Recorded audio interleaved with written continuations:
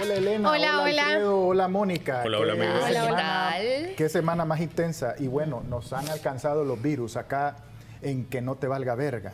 Pero hay enfermos sexuales que no remiten. ¿Será que le llamamos epidemia más que un virus? O Peor- una pandemia, podría a ver, ser lo peor de todo. A ver, quiere decir que en este tiempo de violadores, estos son peor que la gripe, que el COVID, que la influenza, que el dengue. ¿Sí? ¿Por qué? ¿Por qué? Porque es físico.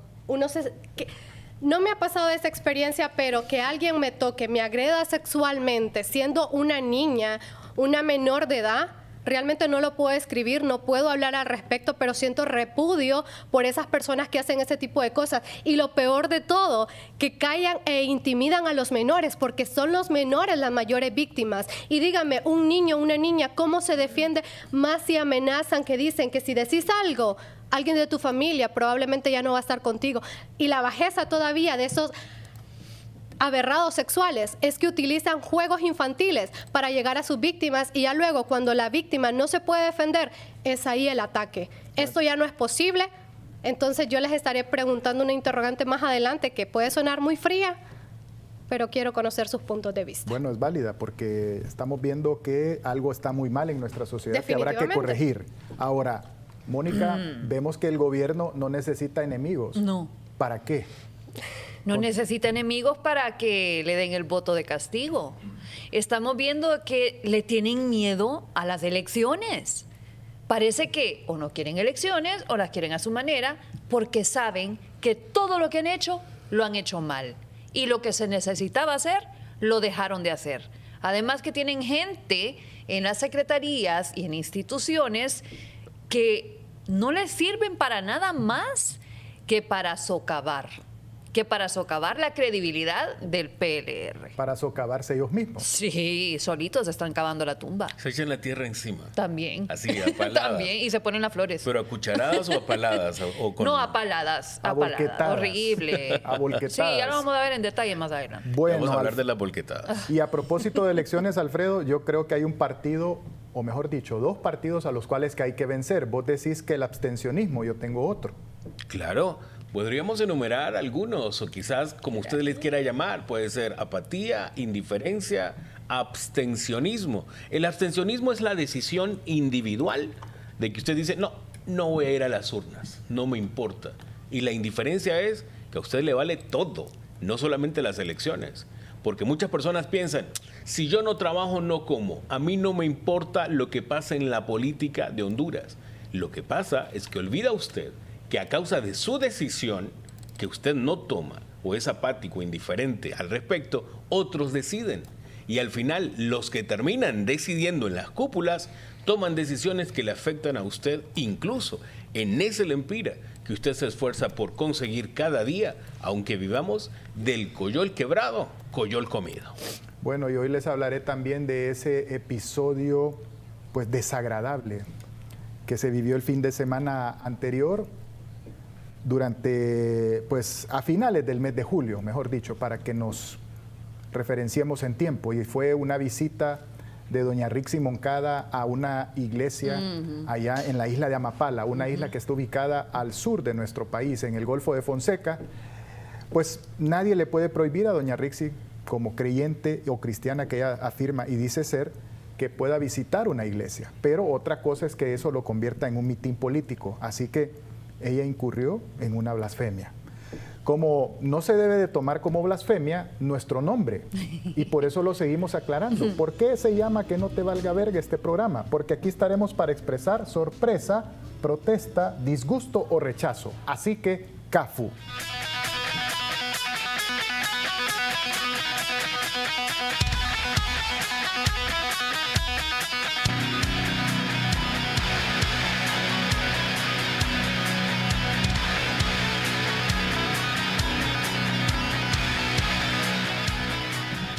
Estamos, amigos, a poco menos de 3 meses y medio para una fecha histórica, decisiva para el presente y futuro de nuestra nación.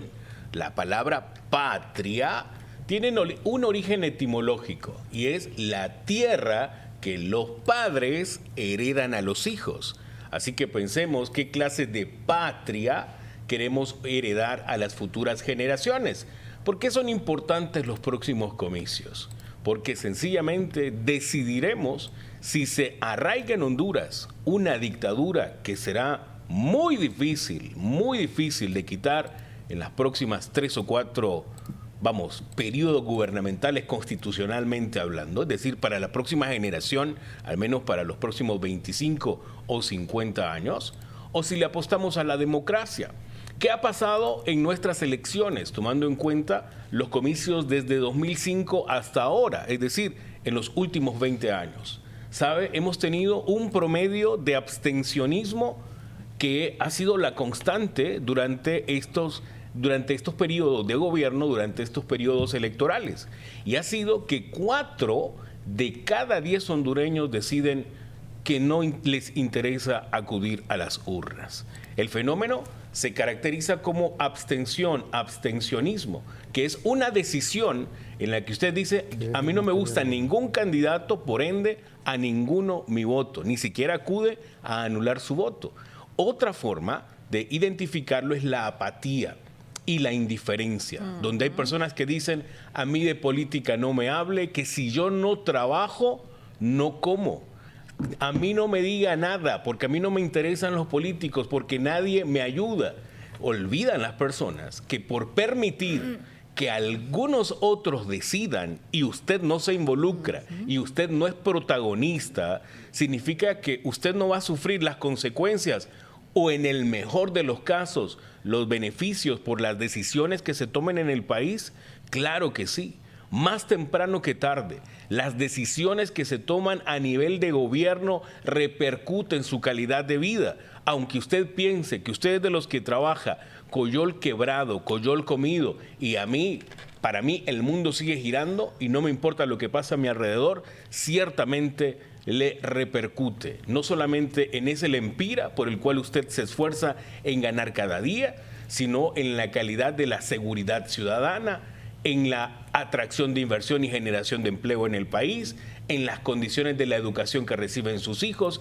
Claro que sí, pero ¿por qué hay tanta indiferencia entre los hondureños? ¿Por qué podemos a veces ser tan apáticos o sencillamente decidir, es que a mí ninguno me cae bien y para ir a escoger al menos malo, mejor no voy a las urnas? Amigos, 4 de cada 10 hondureños sencillamente no tienen interés en la clase política, y esto también nos deja claro que hay una erosión y una carencia de liderazgo que cautive, que atraiga, que cohesione, que capitalice simpatías.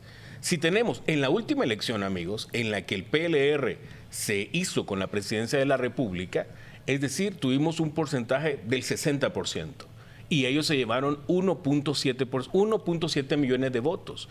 Eso equivale más o menos al 35% del padrón electoral. Es decir, ni siquiera tuvieron la mitad más 1 del padrón electoral. Eso da gobiernos débiles, porque están respaldados por minorías. Básicamente, aunque ganan las democracias, sí son minorías las que deciden. Aunque, Alfredo, si bien es cierto, en el pasado proceso electoral vimos bastante participación y se está involucrando la nueva juventud. Claro, no como debería, porque esta cifra, sea como sea, nos dice de que 4 de 10 hondureños no quieren participar en las elecciones. Y si les soy honesta, yo de hecho me involucro y escucho a los políticos por mi trabajo, y de ello ya aparte digo yo, quiero conocer sus propuestas, y realmente no he conocido una propuesta por la cual yo podría ser una ciudadana que podría abstenerme de votar, pero obviamente sé lo que representa, por la cual yo decidí votar en las elecciones primarias e internas que se llevaron a cabo en febrero, en el mes de marzo. Entonces, pero también vengo a la reflexión y caigo de que ¿por qué hubo esta participación? ¿Por qué? Porque había mucha gente cansada de los procesos de corrupción en años anteriores, por toda la convulsión política que se ha dado en estos últimos años. Entonces, ¿qué me recuerda? De que en ese proceso electoral muchas personas votaron por la alianza y asimismo porque ya no queremos. Se unieron liberales, nacionalistas y de otros partidos políticos. Vea usted lo que nos dice esta abogada. Una alianza que se unieron personas, incluso el Partido Nacional, liberal, independientes, que lo que gritaban era un fuera. por eso ganó, pero la minoría siempre fue libre. ¿Para dónde nos quería orillar en el 2009? Nosotros no tenemos que tener memoria, porque vamos a volverlo a decir, es prohibido olvidar esto. Tenemos que tener memoria en lo que pasó y donde nos estaba orillando por las malas amistades que siempre ha tenido el señor José Manuel Zelaya, porque lo que vino a hacer la presidenta Xiomara Castro en su gobierno, que tuvo la oportunidad de tomar un país, tener el mando, un país donde podía haber dado seguridad primero, que un país sin seguridad no es nada, educación, salud, estos jóvenes que tienen la oportunidad de graduar. Y dejo a la reflexión estas últimas palabras que ella ha dicho, porque me recuerda que esas declaraciones se dieron en marco de la suspensión de los tepecianos, porque uno de ellos decía, bueno, si me toca regresar a Honduras, yo no voy a regresar a Honduras. Lejos de eso, tomo la alternativa con mis hijos, porque están pequeños, en mudarme a otro país. Pero ¿cómo es posible? Le pregunto. No, es que Honduras no es un país seguro y no le va a brindar la educación de calidad que mis hijos esperan. Entonces, cada gobierno ha tenido la oportunidad de hacer de este país, Honduras, un país. Y el que está actualmente, Alfredo, ¿qué nos dice? Como estuvo la víspera, estará la fiesta. Amigos, las elecciones primarias también nos arrojan parangones, variables, elementos que deberán servirnos como espejo y referencia para lo que podemos esperar para las elecciones generales. Algunas de esas referencias tienen que ver con votos blancos, con votos nulos y nos marcan importantes desafíos. Bueno, yo solo tengo, Alfredo, fíjate, tengo una o dos cosas que exponer sobre el tema del abstencionismo. ¿Cuál es el propósito que muchos hondureños tienen de hacer esas largas filas, exponerse bajo el sol? Bueno, en estos tiempos de enfermedades te puedes ir a contagiar ahí. Nos tocó votar en pandemia en 2021 y en este 2025 pues volveremos a votar con alguna enfermedad en el aire, alguna enfermedad viral. No sé, seguramente no veremos mascarillas en las filas. ¿Por qué la gente hace esas filas de exponerse a esas situaciones y va a echar un voto en blanco? Pide los papeles, no marca, se expone a esos contratiempos y cuando vota, vota en blanco. Número uno. Y número dos, me llama la atención qué va a suceder con este nuevo partido político. Si lo podemos ver en pantalla a continuación, el partido voto blanco, voto nulo. El partido voto blanco, voto nulo. Miren ustedes, en el caso de Libertad y Refundación, este fue el resultado de los votos blancos y nulos. Más de 166,000 votos. Si sumáramos los votos liberales y nacionalistas, estaríamos haciendo un total de más o menos unos 250,000 a 300,000 votos. Ya eso es más que una democracia cristiana y es más que un pino. Pero esto fue en la elección primaria de Libertad y Refundación. Algo nos está diciendo el votante, que está queriendo ¿qué? Conformar otra corriente política, otra tendencia política. ¿Qué hay por ahí que todavía no ha hecho erupción? ¿Qué hay por ahí cociéndose? Alfredo Guzmán, Mónica Valladares, Elena Cruz. A ver si ustedes me ayudan a discernir qué está moviéndose bajo tierra que todavía no ha aflorado, todavía no ha salido a la luz, pero que se está manifestando de esta forma silenciosa y masiva en las elecciones. Colas que van a echar sus votos en blanco y gente que es apática a los procesos electorales. Es una manera también de decirle a los políticos, así como sus propuestas, así está mi voto. Propuestas vacías, votos blancos. Ustedes, que en lugar de proponer, nos envuelven en cortinas de humo y nublan nuestra visión, entonces reciban el efecto boomerang. ¿Por qué, dirá usted? Bueno, los políticos nublan nuestra visión y los electores les recetamos el voto nubla, el voto nulo y blanco. Nos nublan y nosotros nublamos también los votos. Y también, además de rechazo, además de desconfianza, además de votos de castigo, el odio también tiene un efecto boomerang. Y eso lo decía, ¿no? Y desde la misión de estudio del comportamiento electoral del Instituto Nacional Demócrata de los Estados Unidos, que el comportamiento del elector al ir a ejercer el sufragio se va a ver afectado por la campaña de odio que ha creado el PLR. La escalada de discursos de odio contra periodistas, actores sociales y económicos, dirigentes políticos y candidaturas generan un clima de amenaza y miedo que puede afectar el papel clave de estos actores en actividades fundamentales para la transparencia y el ejercicio del voto. En este sentido, la misión remarca su preocupación por la violencia en contra de las mujeres políticamente activas, en particular aquellas. Entonces, quiero que me escuchen y que me pongan atención y que dejen por favor los celulares, porque les voy a ofrecer unas cifras. Elena decía que en las elecciones pasadas, como era voto de castigo, el hondureño se volcó. Pero vamos a hacer un comparativo. En las de 2021. En las de 2021. En el año 2012, en las internas, votaron 2.458.558 hondureños. Ok, en las internas 2012. Vámonos a las internas 2025, votaron 2.526.338. En las internas del 2021, votaron 2.568.426. ¿Ven gran diferencia? ¿Realmente? Básicamente estamos viendo una cifra promediada. Exactamente, ajá. Y ahora nos vamos a las generales 2012. 3.275.346 del 2017, generales. 3.476.419. Leve aumento. Leve. Generales del 2021, 3.580.527. ¿Y dónde está ese voto masivo de castigo? ¿Ven una gran diferencia? Entonces, si nos vamos en estadística...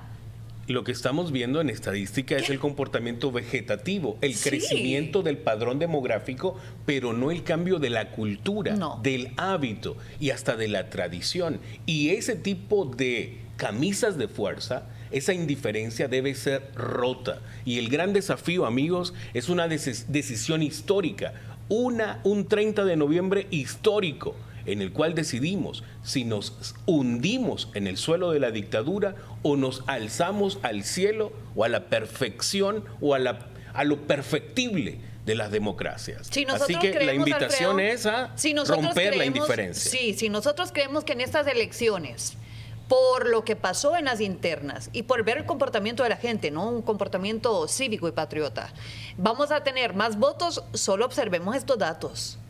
No nos confiemos. Por eso el desafío y por eso nuestra campaña y si quiere nuestra gota de agua sobre la roca para poder horadar sobre la apatía, la indiferencia y que seamos protagonistas de nuestra historia. Cambio y fuera.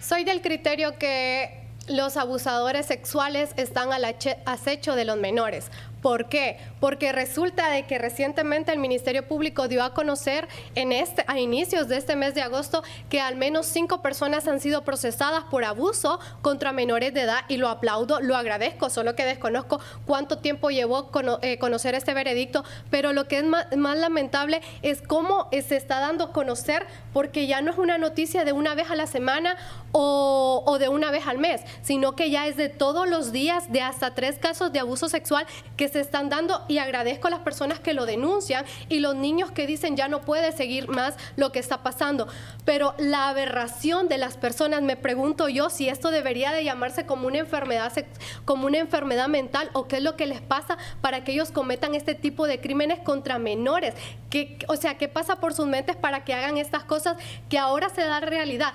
Un caso recientemente se dio a conocer en el departamento de Olancho, un joven de 29 años de edad contra un menor de 6 años de edad, que vino, le dijo, juguemos, piedra, papel o tijera, juguemos, practiquemos, y cuando lo tuvo en sus manos, donde el menor ya no podía defenderse, hizo lo suyo.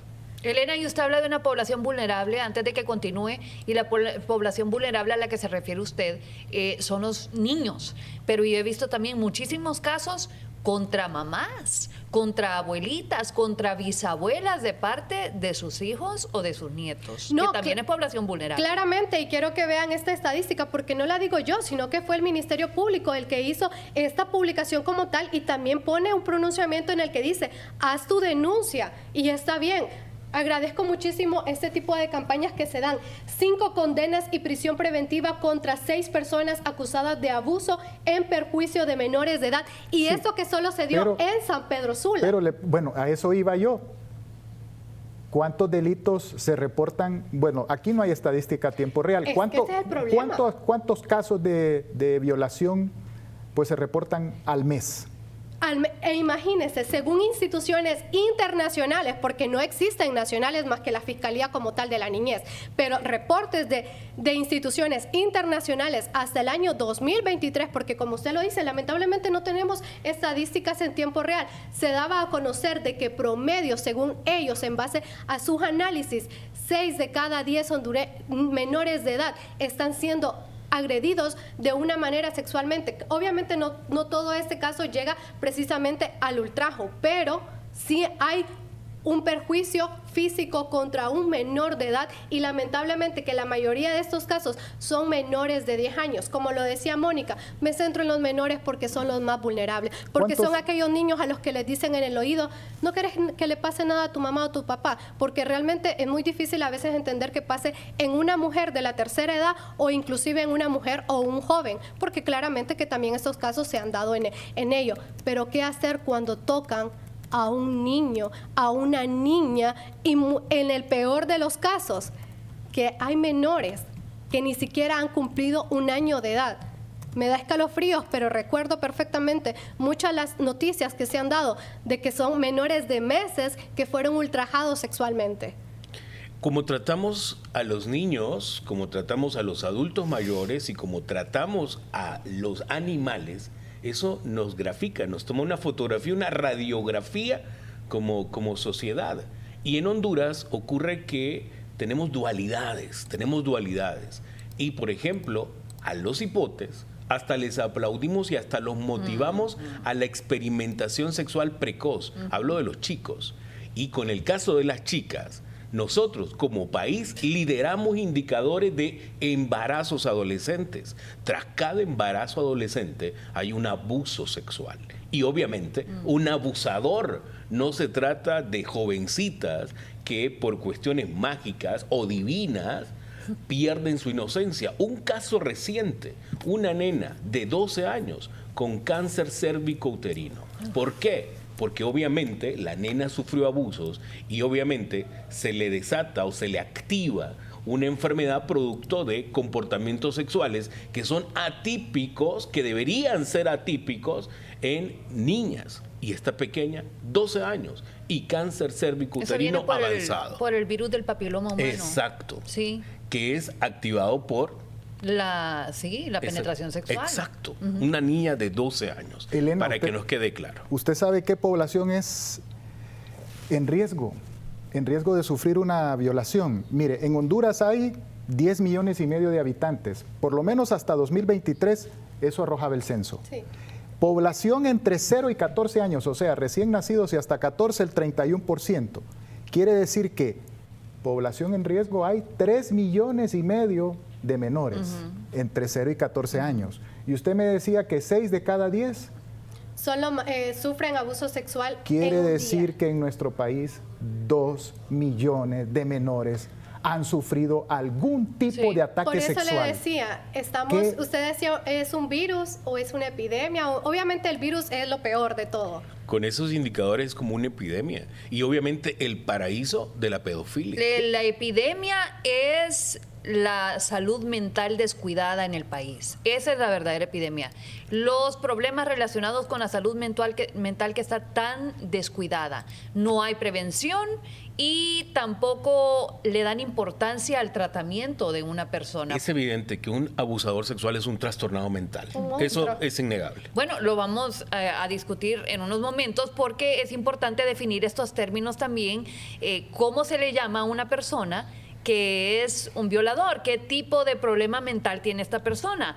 Pero mientras tanto, quiero que vean ustedes cuando el comportamiento de una persona de este tipo se premia. Porque quien es un acosador o un hostigador sexual, ya así era un escándalo abierto, lo ha sido en su vida privada. Eso no lo podemos negar. Esta no es la primera vez de una persona. Ya cuando lo hace abiertamente y en un cargo de este tipo, el exconsejero de Asuntos Económicos y Comerciales de Honduras, ni más ni menos que quien estaba encargado de las negociaciones entre Corea del Sur y Honduras para activar el Tratado de Libre Comercio entre los dos países. Acusado en Corea del Sur de agresión sexual y conducta inapropiada. ¿Y qué dice el vicecanciller? Dice, no, pero mire, tenemos pocos detalles del tema, pero la verdad es que esto no es como un asesinato. Esto es algo, lo podríamos decir, un delito menor. Yo parafraseando la defensa. ¿Qué fue lo que pasó? Se le acusa a este hombre de agresión sexual y conducta inapropiada en un país donde el comportamiento en público es algo delicadísimo, para comenzar. Pero luego le agregamos la agresión sexual y ya se vuelve algo que universalmente es ilegal, es un delito, ¿ok? Lo meten preso. Llegan los de la embajada y dicen, no, él tiene inmunidad diplomática y no lo pueden tener preso. Lo tienen que devolver. Mientras tanto, nosotros vamos a hacer los trámites para quitarle la inmunidad diplomática y que ustedes puedan proceder con el juicio, porque tiene que pagar. Y bien, lo sacan de la cárcel y ¿qué es lo que hacen? Lo sacaron de Corea del Sur. ¿Sabe que al final lo peor de todo a mí fue su discurso? Que dijo de que por temas de cultura se malinterpretó este hecho. Discúlpeme, pero eso es una bajeza. Está bien que se haya disculpado, pero no venga y cultura. ¿Cómo es que usted va a ser un funcionario diplomático y no conoce? No conoce al país donde usted está yendo, cuáles son sus límites, cuáles son sus culturas. Si lo primero, yo represento a Honduras en otro país, yo debo de comportarme a la altura si quiero que se sientan orgullosos, y más siendo una funcionaria pública fuera de mi territorio nacional. Así que discúlpenme, pero acusado o no por esta persona coreana que se sintió incómoda por sus expresiones y haya dicho, no, es que no fue eso, sino que el tema de cultura, que no fue un asalto pero sexual. Que están en Honduras. Que no fue un asalto sexual y además fue en contra de un hombre. No, hombre. Obviamente lo que él tiene son problemas de adicciones, ¿Sí? porque andaba obviamente bajo la influencia de bebidas alcohólicas y quién sabe qué otras cosas, y quizás al coreano le vio forma de coreana o quién sabe. No, bueno, la hermana Hong. Bueno, volvamos a esos temas. Imagínense ustedes qué terrible. Le vio forma de hermana que Hong. Estas conductas de aberrados sexuales, como lo decía Elena, son exportadas en el servicio exterior. Esta gente nos está representando, o sea que hay tanto de esto en nuestra cultura que incluso si sacamos una muestra y la mandamos para afuera, se nos va a revelar en noticias. Y hablando de revelación, en Honduras se guardó silencio. Fue Infobae, un portal internacional de noticias, quien reveló y obligó a que esto saliese a luz pública en Honduras. Y aparte de eso vino y dijo, no, se malinterpretó por una palabra en inglés que utilizaron. Qué bajeza, realmente no me venga. ¿Y qué a fue mí lo con que explicación. dijo Con el traductores vicecanciller? inteligentes. Sí, hombre, ¿y qué fue lo que dijo el vicecanciller también? No, pero fue sancionado. Entonces uno dice, bueno, le van a levantar la inmunidad, ya regresó aquí a Honduras, aquí le pueden juzgar por los mismos delitos. No, lo mandamos a su casa. Bueno, entonces la conducta sexual, ¿cómo se sanciona aquí en Honduras? Lo vemos públicamente. Si tenemos estos ejemplos públicamente, ¿qué no va a decir un abusador sexual a una persona común y corriente que está fuera de las cámaras? ¿Ah? a eso es lo que yo voy cuando pasa realmente un tipo de abuso sexual contra los menores. ¿Qué sería la pena más? Que realmente uno sienta y diga se hizo justicia, aunque como dicen la justicia divina, porque somos un país religioso, es mejor la justicia divina, pero si bien en la realidad hay muchos que dirían pena de muerte para los violadores o castración, ¿no es así, Rodrigo Javier? Mire, pena de muerte en nuestro país no está instituida, en otros países sí, pero tampoco está instituida aquí la castración física o química. Ahora, le voy a decir una cosa, según estudios internacionales de expertos europeos, funciona para curar a un violador que se le aplique solo un castigo. que se le aplique la castración química o física. Fíjese que no funciona. ¿No? Hablan los expertos que Pues entre la población carcelaria se ha visto que estos individuos, fíjense que se adaptan muy bien al medio, al momento. Y en las cárceles se les dan muchas facilidades a los delincuentes. Entonces, ¿qué sucede? Se les crea un sistema de comodidad y estos, una vez que salen de la cárcel, prefieren volver a delinquir para regresar a ese sistema de comodidad. Es una situación que juega, pues, es un arma de doble filo para la sociedad, porque en lugar de que los habitantes de un país o los miembros de una sociedad pensamos que las cárceles cumplen la función de regenerar a estos delincuentes, pues no la cumplen, no lo hacen, más bien lo único que les sirven es de techo y cocina. Ahora, fíjense que también estos expertos hablan que una persona de este tipo puede jurar, prometer, puede hacer creer al resto de la sociedad que nunca más lo va a hacer. Que se rehabilitó. Que ya está una persona cambiada, pero ¿saben qué? En algún momento de su vida, todos sus antecedentes le van a retornar de golpe y en ese momento él va a sentir la necesidad de nuevamente volver a violar. Está clasificado entonces, me dice eso que estás informando ahorita, que es una psicopatía. Sí. ¿Sí? Sí. Sí, porque esas no se curan. Sí. No, es que evidentemente no tiene una cura, es un problema El mental violador, como tal. según este estudio español, hace creerle a las autoridades y a los psiquiatras o a los psicólogos que está bien, pero no. En algún momento de su vida todo eso regresa, o le regresa la necesidad de violar, o en algún momento de su vida va a estar en una situación de mucho estrés, en donde todos esos antecedentes retornan. Y con el afán de escapar a ese momento de obnubilación mental, pues él opta por violar. O sea que es como una adicción, porque hemos visto casos de personas que terminan muriendo luego de recaer después de 15 años de no haber consumido sustancias y de repente en una locura dijeron, voy a consumir otra vez y les produce tanto placer hasta que terminan muriendo. Es que de eso se trata. Y bajo el entendido que la castración química puede que te neutralice el funcionamiento del aparato reproductor, pero lo que pasa es que en realidad está en la mente. Sí. Y no tienes un aparato, un pene funcional, pero tienes ojos, tienes dedos, tienes lengua, tienes piel. Amigos, yo he visto a personas tocando niños en la calle y uno logra percibir a veces la lujuria con la que con sus dedos tocan a niños y solo el brazo y solo la piel, pero en la mente de esa persona está ocurriendo un diluvio de emociones. Me hizo recordar un hecho de la cual yo iba caminando, salía del colegio y un hijo de P, porque tampoco puedo decir malas palabras, hizo eso. Y realmente no se imaginan cómo me sentí yo en ese momento. Me sentí sucia, mal. Pero entonces, he escuchado por ahí, estamos en año político, surgen varias propuestas. Uno de los candidatos, pues, justamente está diciendo esto, pena de muerte para los violadores por el hecho de que se trate de menores.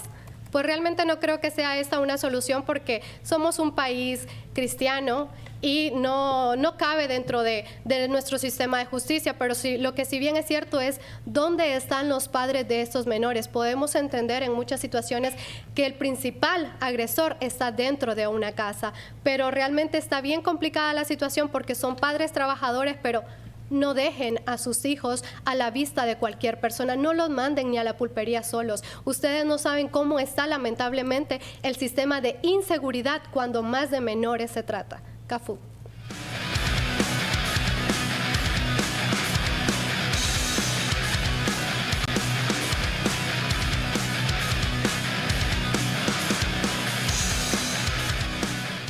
¿Por qué tiene tanto miedo el PLR de enfrentar otros contrincantes en las elecciones? ¿Por qué tiene tanto miedo a la democracia que está socavando la institucionalidad del país? ¿No se supone que es popular? ¿No se supone que tiene millones y millones de votantes? ¿Que está haciendo las cosas bien? ¿Que Xiomara sí cumple? Y entonces, ¿por qué le tiene tanto miedo al voto? No le debería de tener miedo al voto. Pero si nos vamos remitiendo a los antecedentes de manera así lineal en el tiempo, podemos comenzar por una junta directiva ilegal impuesta a patadas. Una junta directiva del Congreso Nacional que no se suponía tenía que ser electa de esta manera. Ahí comenzaron los nombramientos de dedo. Después de ese nombramiento de dedo, lo cual la gente avaló, por cierto, porque creían que se estaba respetando la alianza con Nasrallah, al avalar esto, aprovechan ellos el tema del populismo y dicen, esto va a sentar un precedente para que nosotros podamos comenzar a poner gente de dedo. El nombramiento del fiscal, con una comisión de 9 diputados afines al PLR en el Congreso Nacional. Un fiscal que fue puesto por la familia Zelaya. Un fiscal que no persigue más que a la oposición, teniendo evidencias guardadas en cajas de gente muy cercana y del círculo familiar de la presidenta Xiomara Castro. Ajá, la reunión del jefe del Estado Mayor Conjunto y del sobrino de Xiomara Castro allá en Venezuela con Vladimir Padrino. Luego de eso salió la embajadora de los Estados Unidos con declaraciones rechazando pues esta reunión. Oíme. Y ellos vienen y dicen vamos a eliminar el tratado de extradición porque estas opiniones son injerencia, amenazando. Luego, ¿Qué ¿sí? cuadro de honor ese? No, si es que De deshonor. las imágenes, estas imágenes, bueno, Son- ustedes sabrán, ustedes ya saben. Aquí el que se quiera tapar los ojos ya es porque realmente algo le están dando o algo está ganando.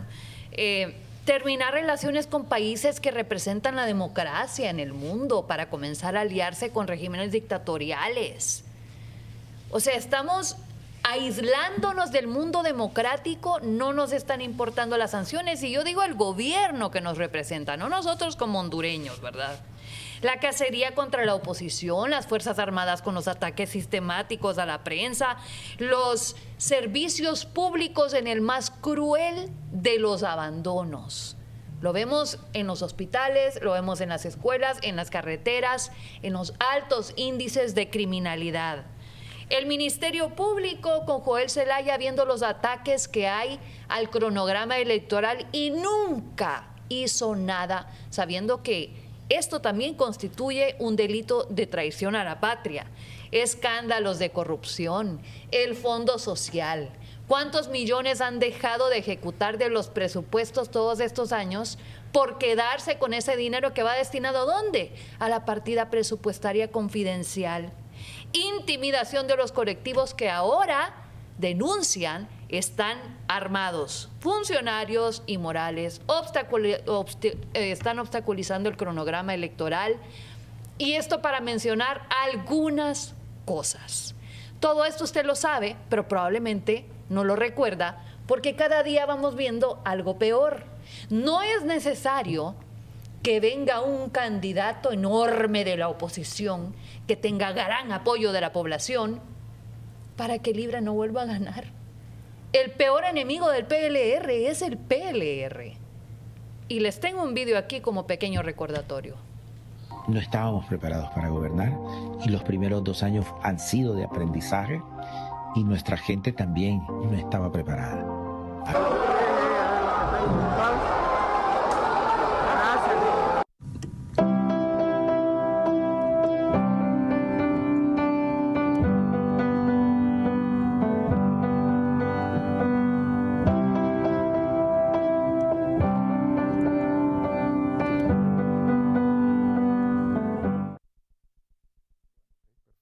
Le hace falta alguien que está preso fuera de este país. No estábamos preparados para gobernar y los primeros 2 años han sido de aprendizaje y nuestra gente también no estaba preparada. No estaban preparados para gobernar, pero ellos presentaron propuestas de ser solución. ¿Dónde está esa propuesta? Concreta, ya. Bajada de la nube, y no digo de la nube del fraude electoral, bajada de lo intangible a lo tangible. ¿Dónde está? ¿Dónde está la Sisi? ¿Dónde está el dinero? No era uno de los lemas que utilizaban. ¿Dónde está ahora en esta administración? Es lo que yo me pregunto, ajá. ¿Y los bajos, los indicadores, qué es lo que nos están demostrando? Alfredo. Bueno, ciertamente el PLR se ha encargado de socavar y de profundizar su propia tumba política. Sus errores intencionales por acción, por omisión, vamos, francamente, uno pudiese decir sus niveles de aceptación y popularidad están por el suelo, pero en realidad están en el subsuelo, 8 de cada 10 hondureños reprueban esta gestión de gobierno. Quizás 1 o 2 que aparentemente están bien y que dicen, a mí el status quo me beneficia, yo no quiero ningún cambio. Recientemente, el Consejo Hondureño de la Empresa Privada divulgó el primer barómetro en vísperas de las elecciones.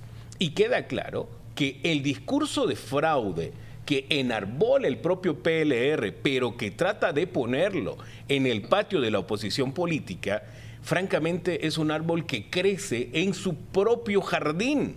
Y a causa de esa percepción casi generalizada de la consolidación del Plan Venezuela, del fraude según el Foro de Sao Paulo, que nos ha recordado, por ejemplo, el escritor venezolano Peña Esclusa, hace mella y cava también en la conciencia de los inversionistas.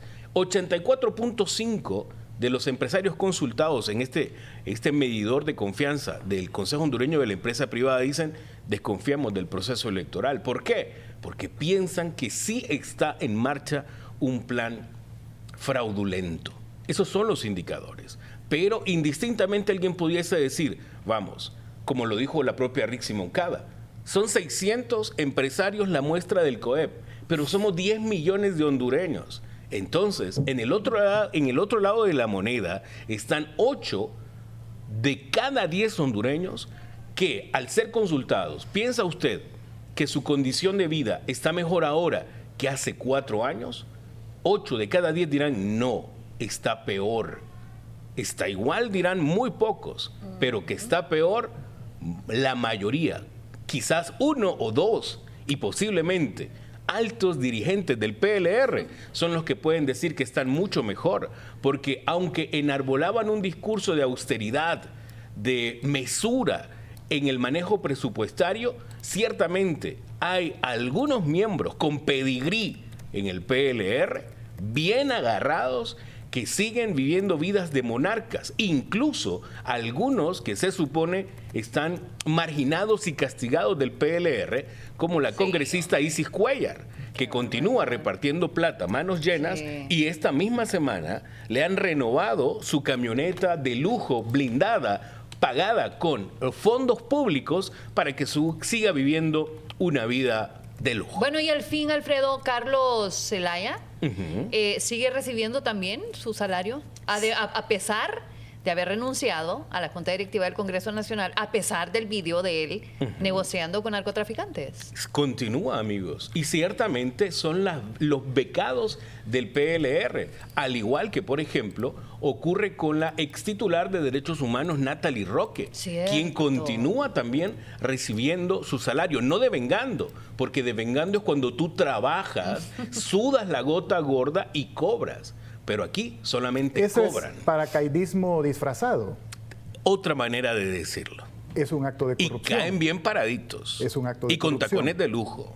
Es un acto de corrupción. Pero trátenlos con mucho tacto, ¿verdad? Con su investidura. No podemos ni rozarlos con el pétalo de una... ¿Cómo es que a Xiomara le molesta que le digan Xiomara? Pues si así se llama. Y no es el nombre de la pila del Mónica, bautismo, pues. Hay unos igualados que me llaman Elena, yo soy periodista. Quiero que me digan periodista Elena Cruz, por favor. Por favor. Entonces, a mí me ofende que me digan licenciado. Porque yo tuve aquí tuve unos compañeros que nunca fueron a la universidad igualados. Y me dicen, nosotros fuimos compañeros. ¿De qué les digo yo? Yo no fui a bancaria. Bueno.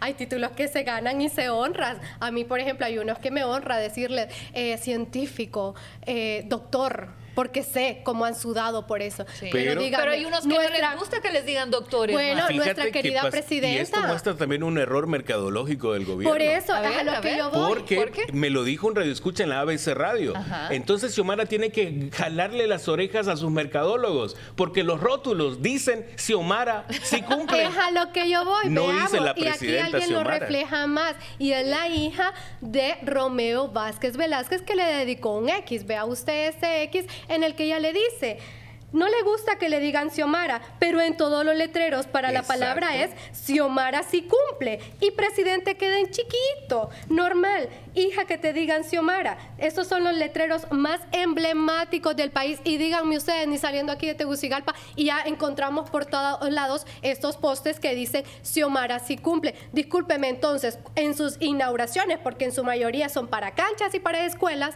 y son niños los que usted tiene. Entonces usted le exige que le diga: dígame presidenta, Las dígame canchas que un presidenta vientecito Castro. las tira por el No, suelo. y a Ay, propósito, con taco también, Fisher, ¿verdad? ¿Sabe qué? también quiero hacer énfasis en ello, de que viene, discúlpeme, pero aquí no solo existen menores jugadores que quieren precisamente jugar básquet o jugar fútbol, también hay menores que con Depor recientemente estaban participando fuera de Honduras y con Depor no les pudo dar ni 5,000 empiras, para decir lo peor de todo, para ellos practicar actividades como karate y boxeo. Discúlpeme, pero Mire, estas no son las recreo. únicas disciplinas deportivas que existen. Para estar escuchando sus reclamos, ¿sabe qué hace Sí. la presidenta Xiomara Castro? Le iba a decir la señora Xiomara Castro, la presidenta. La presidenta ¿Sabe qué hace? Xiomara Castro. Irse del país. Irse del país, porque ella es el pararrayo de la nación. Sobre ella van a caer todos los golpes, todos los insultos, todos los reclamos, el suyo, el mío, el de la mesa, el de Mónica, el de Alfredo, el del resto de 8.300.000 hondureños que no votaron por el Partido Libertad y Refundación. Y ahora entiendo por qué el escapismo, por qué prefiere irse a Bolivia, por qué cada vez que hay una cumbre se va de Honduras. Porque Qué no quiere conveniente estar, le sale, no ¿verdad? quiere Es que no le estar, gusta. no quiere estar cerca de su, me imagino que cerca de su consorte, respirándole en la nuca que Asamblea Nacional Constituyente, que mira, que vamos por la refundación y que ahora hay que pegar el golpe. Ha de ser terrible eso, como también ha de ser terrible tener un equipo de trabajo incompetente y corrupto. Sí, y les voy a decir algo, eso de que le haya molestado a ella que le digan Xiomara, demuestra un nivel de esas personas que no se sienten suficientes con ellos mismos. Necesitan que les den un título. Una validación. Una validación externa para ellos sentirse suficientes. Porque hay doctores que me dicen: no, con confianza, no, dígame, llámeme por mi nombre cuando los voy a entrevistar. Es gente que se siente tan segura, no tienen ningún complejo. El complejo de inferioridad que tiene Xiomara, porque le digan Xiomara, es precisamente porque no tiene la preparación para que nosotros le veamos para arriba con tanto respeto, que le digamos presidente. Si ustedes se fijan, la gente admiradora de Milei en Argentina le dice Milei. No le dicen el presidente Milei, le dicen Milei. ¿Y cuál es la popularidad de él? Es enorme. Te puedo hacer una pregunta. ¿Se ha ganado doña Xiomara Castro el título de presidente de la República? No, ¿A quién le dicen presidente? a Mil. ¿Quién es el que lleva las riendas del gobierno en este momento? A ver. Pues claro, ya sabemos quién manda, el del bigote. Mel. Y no olviden que entre más docto, menos tonto. Cafú.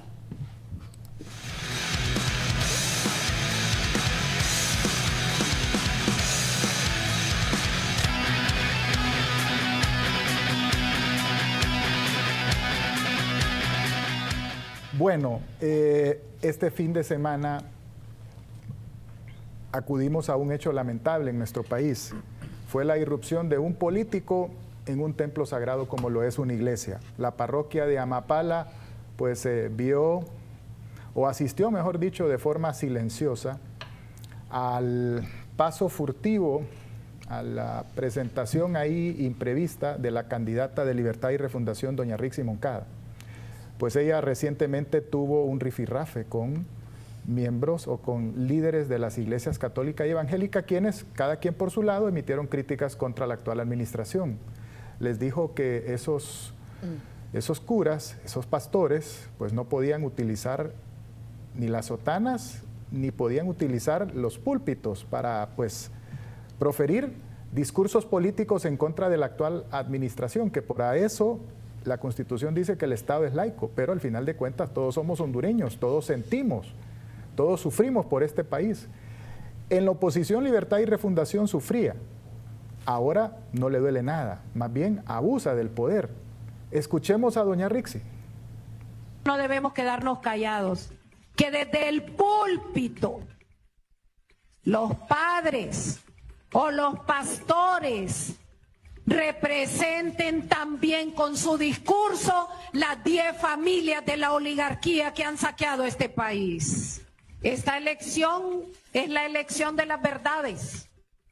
Vamos a definir con quién estamos y debemos desenmascarar a los que nos quieren venir con una historia disfrazada o con una historia modelada, porque nosotros les vamos a decir, un momentito, nosotros ya venimos de allá.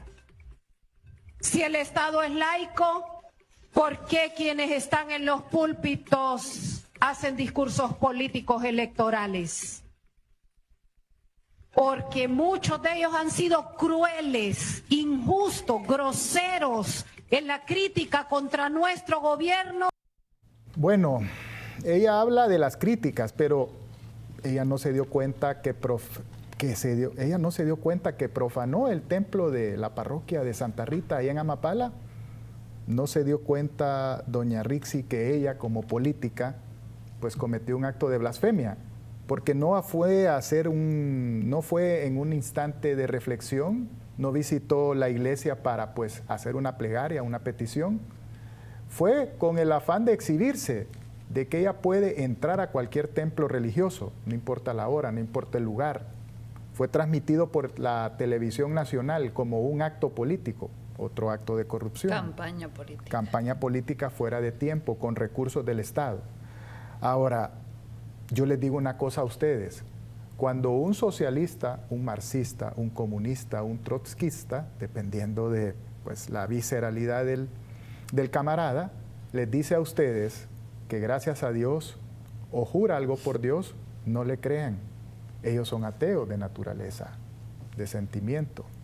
Ellos son ateos de pensamiento, de palabra, de obra y omisión. De obra y omisión, y por su culpa iremos todos al infierno.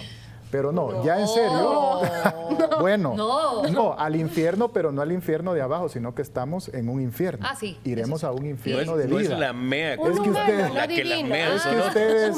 Es que ustedes no me dejan terminar. Por el amor de Dios. Perdón. No me dejan terminar. Estamos intensos. Usted dijo, venimos de una semana intensa. Sí, y seguimos intensos. Bueno. Pero bueno, esta situación de doña Rixi, pues por la víspera así será la fiesta. Si así es ahora que es candidata, imagínense de votos religiosos cuando ya sea presidenta dictadora o tirana. ¿Cómo se comportará? ¿Similar a los Ortega en Nicaragua? ¿Similar a los chavistas en Venezuela? ¿Similar a los Castro en Cuba? ¿Cuál será la suerte de todos los creyentes? Y todos esos críticos que en el pasado pues osaron a criticarla a ella y a la presidenta Xiomara Castro. Bueno, para que una pequeña muestra es que están en contra de la marcha pacífica de oración que están haciendo las iglesias. Es a eso a lo que voy, Mónica, y más del gesto que hizo doña Rixi Ramona Moncada, que tampoco respetó la iglesia, porque su producción hasta música le puso, cual fue una gran falta de respeto, déjeme decirle, producción de estas comparecencias que hace doña Rixi Ramona. Uno es ello, y dos, la educación usted la representa en todos lados. Saben que a mí, de pequeña, yo una vez, mi mamá siempre, pasada una edad, me dejaba vestirme sola. Una vez me puse tenis para ir a la iglesia y me dijo, me quedó viendo de pie a cabeza y me dice, hija, a la iglesia no se va de tenis. Obviamente todo ello se ha modernizado porque el respeto está en nuestro corazón y en nuestros hechos, pero sí, pequeña, eso fue lo que me dijo. Pero se demuestra. Son enseñanzas que se nos dan, pero imagínense, lo que sí bien es cierto es que la iglesia no se va a hacer proselitismo político. ¿Y qué? ¿Qué ha dicho doña Rixi? Que ella va a seguir yendo a todas las iglesias que ella quiera, vean. Nosotros somos personas cristianas y acudimos regularmente a las iglesias, como hay otra gente evangélica que acude a sus templos o que son de otras religiones y van a sus templos. Nosotros hemos dicho que la fe y Dios no están privatizados y que nosotros vamos a seguir entrando a las iglesias a profesar la fe con la que nacimos y con la que crecimos. Óigame, ¿Qué pero palabra la que usó? ¿qué ejercicio de cinismo el de doña Rixi? Porque ella ha llegado a pueblos de occidente de nuestro país, Alfredo, y a ella le han practicado rituales culturales de chamanería. Exacto, rituales chamánicos, amigos. Vamos, limpias, depuraciones, espantos. Yo no sé, si crees en Dios, crees en el diablo, pero ¿a cuál de los dos adoras? Mel Zelaya dijo en su momento que había llamado a unos curanderos y personas que sabían de cositas para que le hicieran una limpia en el altar Q, porque cuando apagamos las luces en la presidencial, ahí en el altar Q se escuchan pasos, dijo Mel Zelaya. Así que ya sabemos que sí tienen supersticiones, creencias, pero al parecer al Dios en el que nosotros creemos y adoramos no es al que ellos sirven y adoran. Yo creo que están más del lado de la penumbra, del lado del ocultismo. Ya me da miedo, pero Alfredo, si estuviera vivo el amigo de los cuentos y leyendas, fijo, ya les hubiese hecho alguna leyenda. O sea que si yo soy cristiana, si Rixi es cristiana, no debería de permitir que le pasen el huevo para sacarle el mal de ojo. Yo me imagino que se trata de ganar adeptos y simpatizantes. Es decir, son capaces de persignarse o ir en peregrinación de rodillas o aceptar que le pasen un huevito de hormiga por la frente con tal de conseguir simpatías políticas. En este momento, la cacería es tan voraz que son capaces de disfrazarse de ángeles, demonios o de mostrar una cara de bruja. Y si nos vamos a los principales expositores, el dueño de este partido, Mel Zelaya, les recuerdo que dijo que Jesús fue el primer socialista. Quiero que lo pongan, ahí está la declaración. El socialismo comenzó hace 2000 años con Jesucristo, dijo Mel Zelaya. Ahora, esta gente no sabe nada de la Biblia, no son lectores. Recordemos el Padre Nuestro de Mel Zelaya, todo atropellado, que terminó diciendo solo creo que amén y punto, porque se equivocó todo. ¿Se le olvidó? Se le olvidó. Jesús jamás dijo exprópiese, ¿ok? Jesús jamás administró el tributo. Jesús hablaba personalmente y le decía al rico, deshágase de sus riquezas y sígame. Pero no era el Estado, ¿sí? Sino que era una decisión ya personal. No juzgaba a los ricos y no repartía el dinero de los ricos. O sea, Jesús no era una especie de Robin Hood, ¿me explico? Jesús era una relación más personal, ya era una decisión propia, no era una obligación, no era una ley, no era parte de la constitución de un país. Entonces, si nos vamos desde ahí, ya sabemos que de religión, de ninguna saben, porque ellos lo que creen es en el billete. Y Jesús sacó a los mercaderes del templo. Bueno. Y sí, dejó claro que al César lo que es del César y a Dios lo que es de Dios. Jesús es alguien justo, es alguien misericordioso, es alguien comprensivo, es alguien reflexivo. ¿Tendrán algo de reflexión, de misericordia, de comprensión, de humanidad, de solidaridad los líderes de Libertad y Refundación? No, ¿verdad? No. Entonces no les luce hablar de Dios, no les luce hablar de Jesús, no les luce estar en las iglesias. Esos son ejercicios de hipocresía política. Eso es una blasfemia. Y para eso, más allá de las cortes y de los códigos aquí en la tierra, hay un castigo del cual nunca se podrán salvar. Y ese es el castigo divino. Así que, cafú.